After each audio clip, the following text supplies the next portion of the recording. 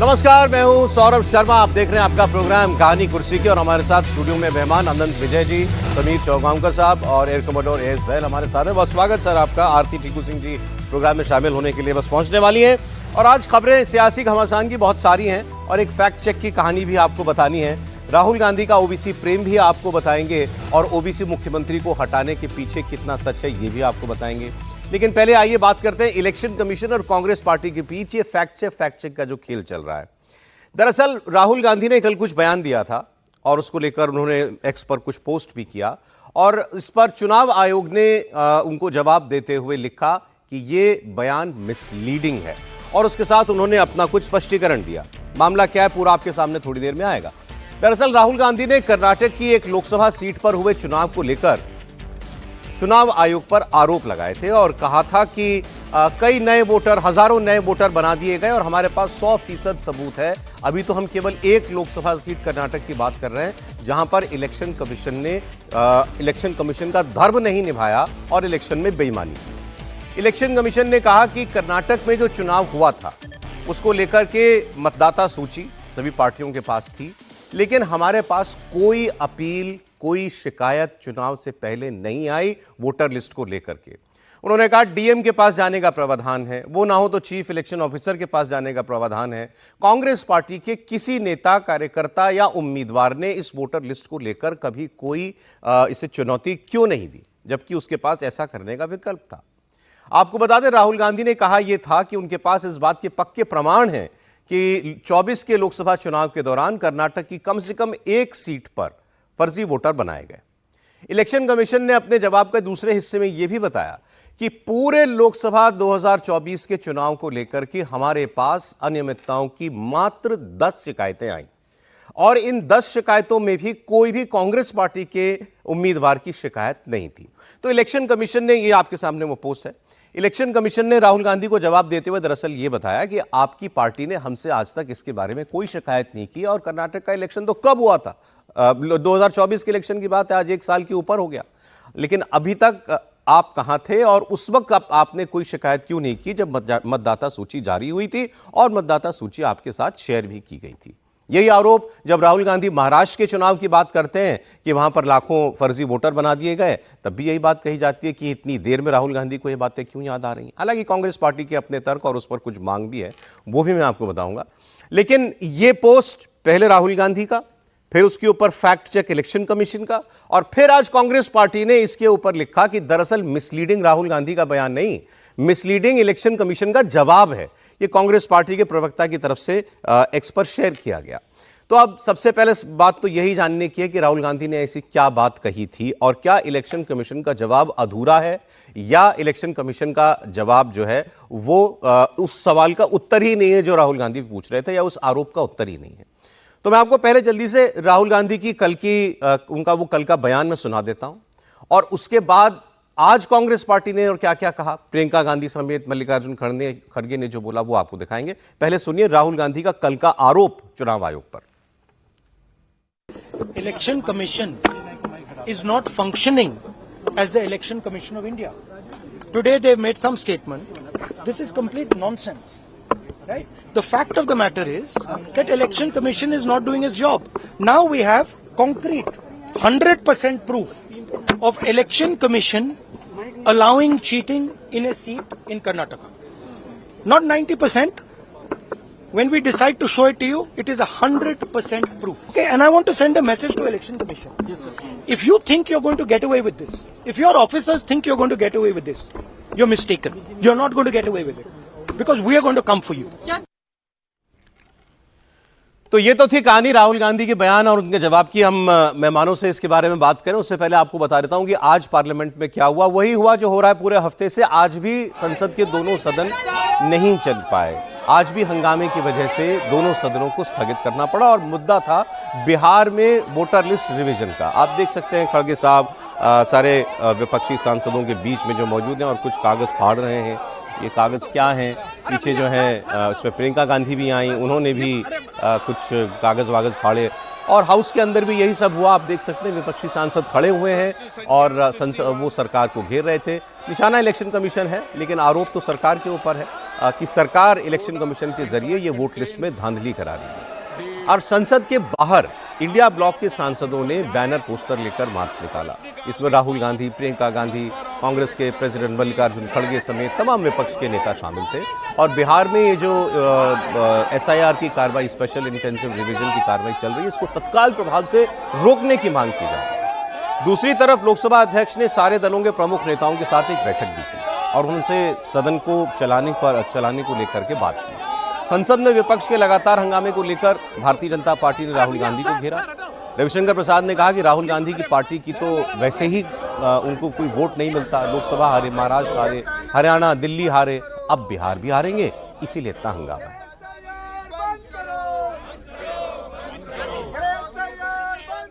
चुनाव आयोग की ओर से राहुल गांधी के दावों का फैक्ट चेक करने और उसे गलत बताए जाने के बाद पवन खेड़ा ने एक्स पर पोस्ट करके चुनाव आयोग पर ही पलटवार किया था और उन्होंने कहा कि चुनाव आयोग की सफाई भ्रामक है और निराधार है।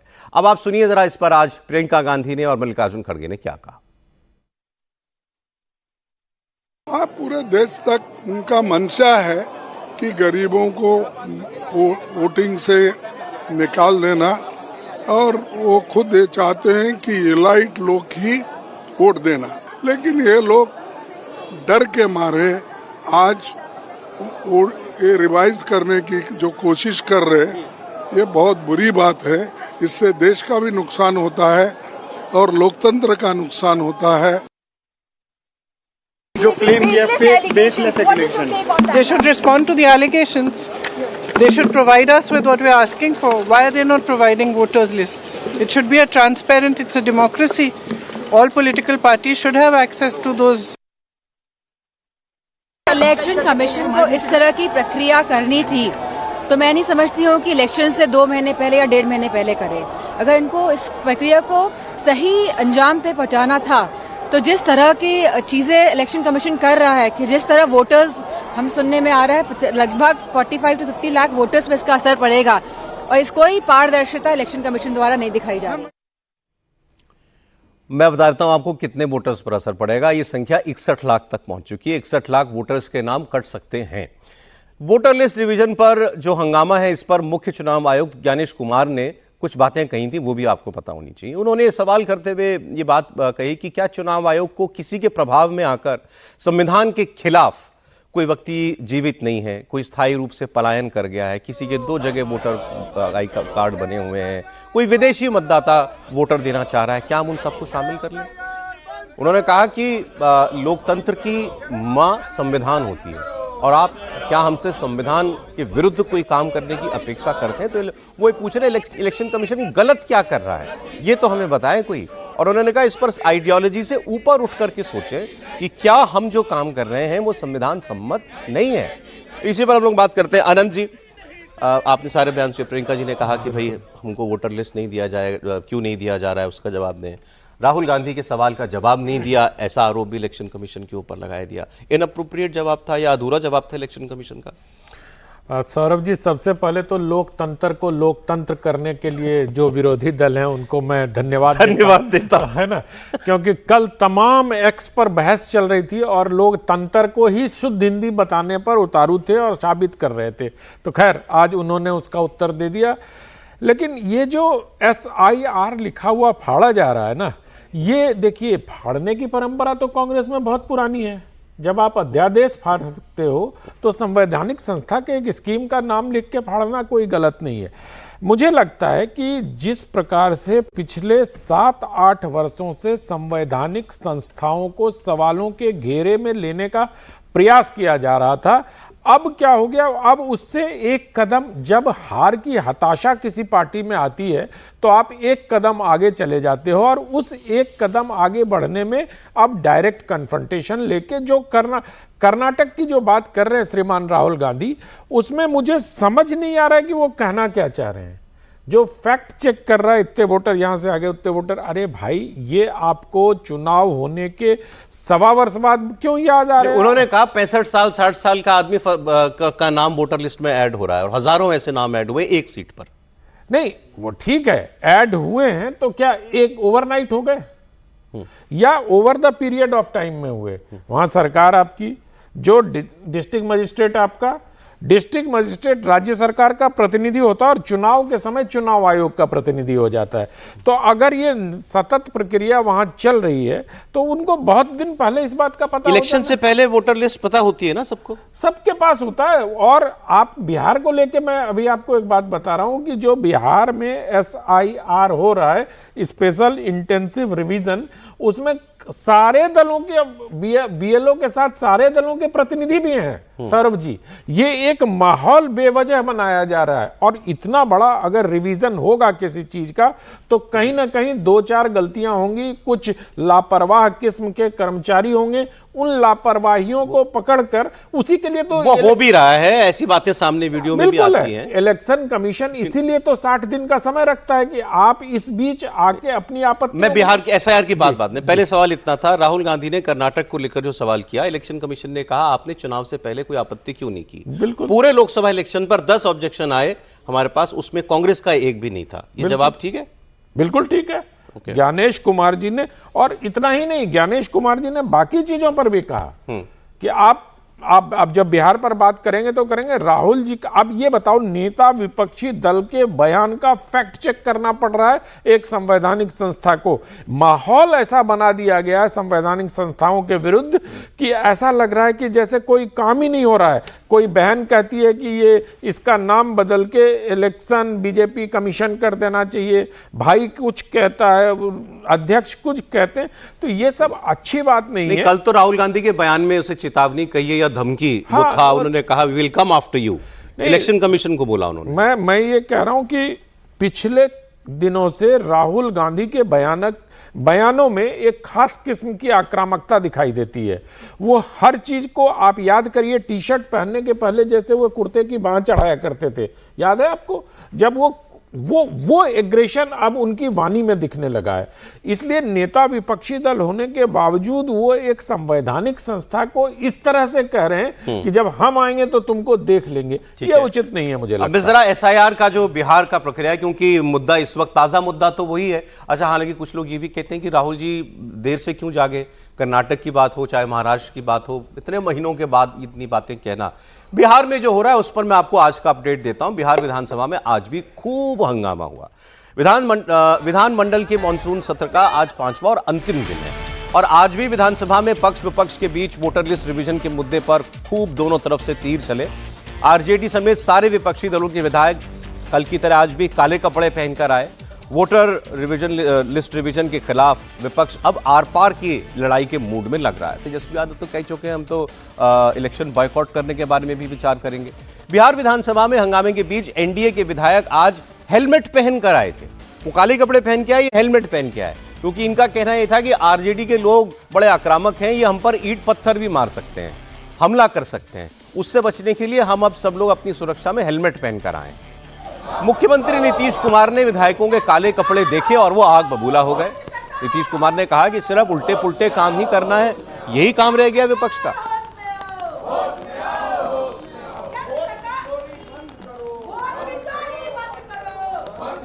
जरा ये लोग हंगामा करते हैं, सुनो ना, ये लोग जब हंगामा करते हैं तो जरा देख लीजिए सबका कपड़ा कैसा पहने हुए है।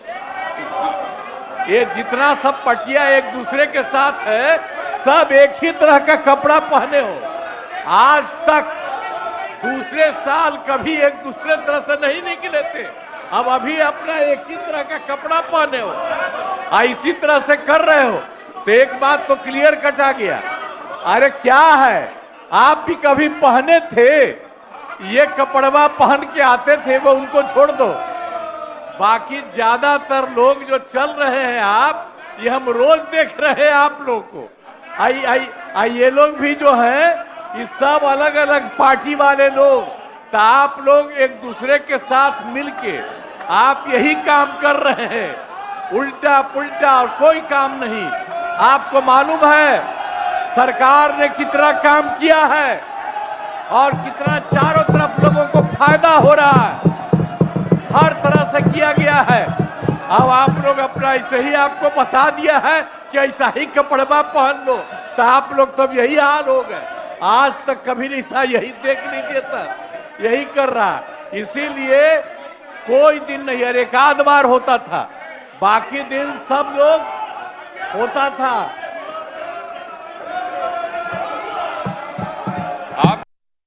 क्या वजह है हेलमेट पहन कर? राजद के जो गुंडा लोग हैं, कभी रोड़ा पत्थर न कहीं मार दे। हम लोग जनता का चुने हुए प्रतिनिधि है, तो हम लोग हेलमेट पहन करके और जा रहे हैं। माहौल को इतना गंदा कर दिया है, लोकतंत्र का हनन कर रहा है, इसलिए हम लोग ये हेलमेट पहन के आने की जरूरत पड़ गई। जो असुरक्षा का माहौल सदन के भीतर हो गया है, महागठबंधन के लोगों ने बनाया है अपने सुरक्षा के लिए, एनडीए के विधायकों ने हेलमेट। कि क्या ऐसी स्थिति आज भी लग रहा है विधानसभा के अंदर हुई कि विधायक को हेलमेट पहन के आना पड़े? कल जिस तरह का स्थिति था, आज भी उसी तरह का स्थिति का माहौल बनाया हुआ है। मुझे डर लगा, इसलिए आज हेलमेट पहन के आया हूँ। अंदर भी हेलमेट पहन के ही जाऊंगा। तो आजकल बिहार में जो ना हो जाए कम है। कल विधानसभा में जो हंगामा हुआ उसको लेकर तेजस्वी यादव ने आज सोशल मीडिया पर रिएक्ट करते हुए कहा कि उनके बोलने से विपक्ष घबरा जाता है, मतलब सत्ता पक्ष घबरा जाता है। जब वो बोलते हैं तो सरकार के आधा दर्जन मंत्री खड़े हो जाते हैं। एक्चुअली कल जब तेजस्वी बोल रहे थे तो उप मुख्यमंत्री सम्राट चौधरी ने लालू यादव का नाम लेते हुए उन पर बड़ा हमला बोला था और कहा था जिसका बाप अपराधी हो वो क्या बोलेगा, और इस पर खूब हंगामा जो है वो कल हो गया था। इसका जवाब उन्होंने आज दिया।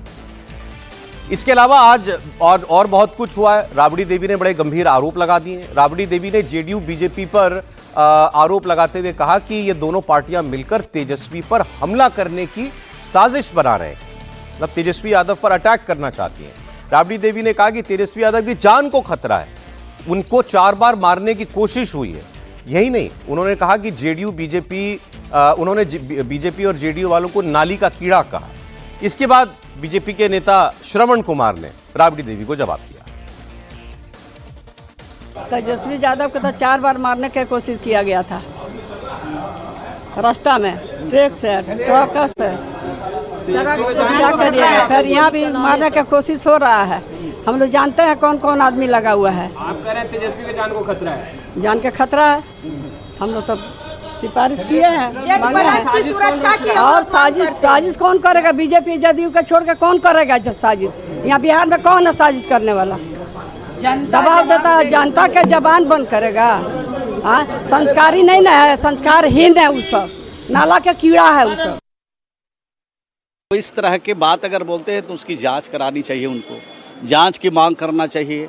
कौन मार रहा है, अगर उनको मालूम है तो खुलासा करना चाहिए।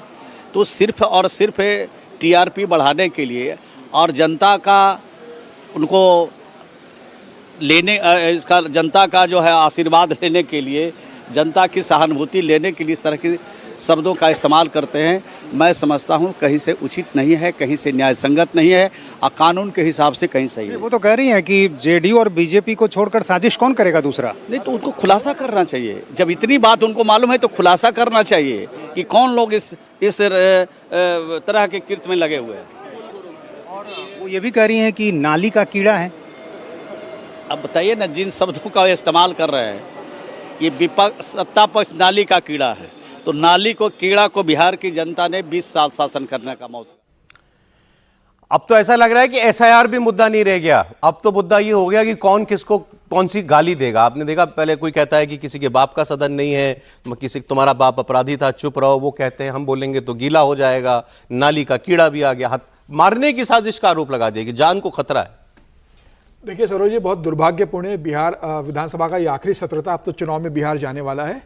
जिस सरकार ने 5 साल काम किया, जिस विपक्ष ने 5 साल वहाँ पर विपक्ष की भूमिका निभाई है, आखिरी सत्र में बहुत सार्थक चर्चा होती। सरकार अपने काम को लेकर चर्चा करती, विपक्ष सरकार की नाकामियों को सदन में चर्चा के माध्यम से उठाता, और मुझे लगता है सार्थक चर्चा बिहार की जनता को और देश की जनता को देखने को मिलती। लेकिन जो सड़क और जो चुनावी रैली में जो शब्द इस्तेमाल होते हैं एक दूसरे पर, वो संसद के अंदर इस्तेमाल देखने को मिल रहे हैं। संसद की पूरी गरिमा को तार तार करने का काम सत्ता पर विपक्ष दोनों मिलकर बिहार के अंदर किया है। मुझे लग रहा है बहुत दोनों जिम्मेदार हैं आपके हिसाब से? बिल्कुल दोनों जिम्मेदार है। जिस तरीके से सत्ता पक्ष के कुछ विधायकों ने जिस तरह के बयान दिए या शब्दों का इस्तेमाल किया है, मुझे लग रहा है कि बहुत एक स्वस्थ राजनीति के लिए ठीक नहीं है। अब एसआईआर की बात पर इतना बिहार विधानसभा में इतना हंगामा हो रहा है, क्या बिहार सरकार ने एसआईआर का निर्णय लिया था कि एसआईआर करवाने जाएंगे? ये क्या बिहार सरकार का अधिकार क्षेत्र में आता है?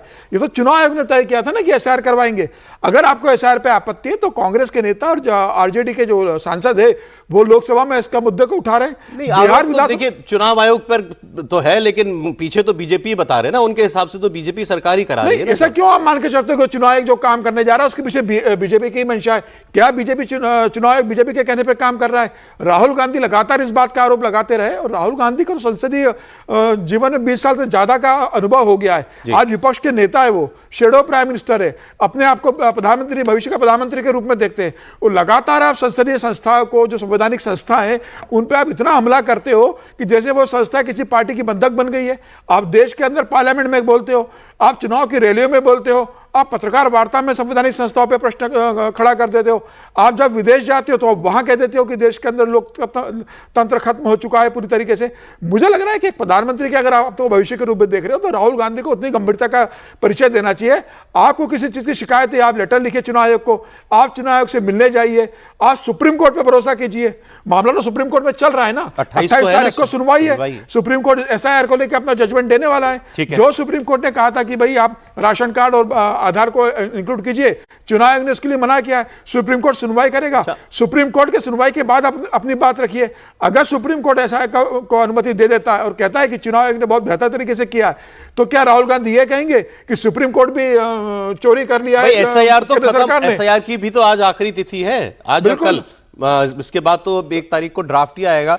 बहलजा, आप तो डेटा के आदमी हैं, आप ये इस प्रोसेस को भी फॉलो कर रहे होंगे। जी सर। इसमें कोई बहुत बड़ी कोई गड़बड़ी क्या अभी तक देखने को मिली है? देखिए, बड़ी गड़बड़ी तो नहीं, लेकिन मैं थोड़ा सा डिफरेंट अगर बोलूं तो, बिकॉज काफी सारी बातें की गई हैं जो कि बिल्कुल सही हैं कि कहीं ना कहीं ये रोल जो है ये सिर्फ इलेक्शन कमीशन का है। इसके पीछे किसका हाथ है वो तो एलिगेशन है, उसको क्या हम प्रूफ कर पा रहे हैं कि नहीं। लेकिन मेन चीज ये है, सौरभ जी, एक पिक्चर आई थी टू सर्व विद लव, आपने शायद देखी भी हो, बहुत ही प्यारी पिक्चर थी। अब जो पिक्चर बन रही है वो है टू सर्व विदाउट लव। तो कहीं ना कहीं अगर आप देखें तो टू सर्व विदाउट लव वाली बात सब जगह चल रही है। इसमें मेरा एक टीएन सेशन साहब होते थे 1995-96 में, मुझे प्रिविलेज मिला था कि मैं उनका प्रोग्राम को लुक आफ्टर करूं ढाका के अंदर। तो उनका जो एक ऑरा था, उन्होंने इतने बड़े इलेक्टोरल रिफॉर्म्स किए थे, अगर आपको याद हो, सारे पॉलिटिकल पार्टीज उनसे डरती थी। उसके बाद तो 3 चीफ इलेक्शन कमिश्नर बना दिए गए ताकि एक के पास पावर ना कॉन्सेंट्रेट रहे। आज कहीं ना कहीं चीफ इलेक्शन कमिश्नर का वो ऑरा कम हो गया। ये मेरा अपना परसेप्शन है, जिस हिसाब से उनको देखा जाता है। मैं आपको टोकूंगा नहीं बीच में, लेकिन पॉइंट है, आप बोलिए। जी, दूसरी चीज है कि अगर आपने स्पेशल इंटेंसिव रिवीजन करना है तो क्या कुछ समय पहले, जो कि काफी शॉर्ट लग रहा था शुरू में हमको भी, कि अगर 8 करोड़ के करीब हैं तो उनका कैसे आप चेक कर पाएंगे 1 महीना या 25 दिन के अंदर, और अब 61 लाख वोटर्स जो है कहीं ना कहीं उनका नाम हट जाएगा, जिसमें से 31.5 लाख जो है वो कहते हैं परमानेंटली शिफ्टेड हैं। तो ये जो 31.5 लाख परमानेंटली शिफ्टेड हैं, इस पे भी प्रश्न बन सकते हैं बाद में, क्योंकि जो पलायन कर चुके हैं उसका नंबर 75 लाख से 1 करोड़ के बीच में है, जो कि कहीं भी किसी ने एक्यूरेटली अभी तक आंका नहीं है, कहीं मुझे वो फिगर्स नहीं मिले हैं। तो इसके ऊपर भी आगे जाके प्रश्न आ सकता है। चौथी बात जो इसके अंदर आती है कि शुरू में यह कहा गया था कि इसकी जरूरत इसलिए है क्योंकि बहुत सारे ऐसे हो सकते हैं जो हमारे देश से ही ना हो, जैसे कि बांग्लादेशी, नेपालीज, म्यांमारीज। लेकिन अभी तक इलेक्शन कमीशन ने यह नहीं बताया कि कितने बांग्लादेशी, म्यांमारीज या फिर नेपालीज को उन्होंने इसमें से निकाला है। ये अब एक बार भी इसका कहीं पे भी मेंशन नहीं है। दूसरी चीज है कि इसी वोटर लिस्ट से, इलेक्टर लिस्ट से पिछले साल पार्लियामेंट्री एग्जाम्स, पार्लियामेंट्री इलेक्शंस भी हुए थे, तो क्या उन पर भी प्रश्न नहीं उठ जाता इसके बाद? और आखिरी चीज जो मैं बोलना चाहता हूं इसके अंदर वो ये है कि इस बार जो है रिस्पॉन्सिबिलिटी वोटर पे शिफ्ट हो गई है, इलेक्टर पे शिफ्ट हो गई है। उसे प्रूव करना है कि मैं वोटर हूं, आप मुझे लेके आइए। तो क्या ये सही है इतने शॉर्ट पीरियड के अंदर?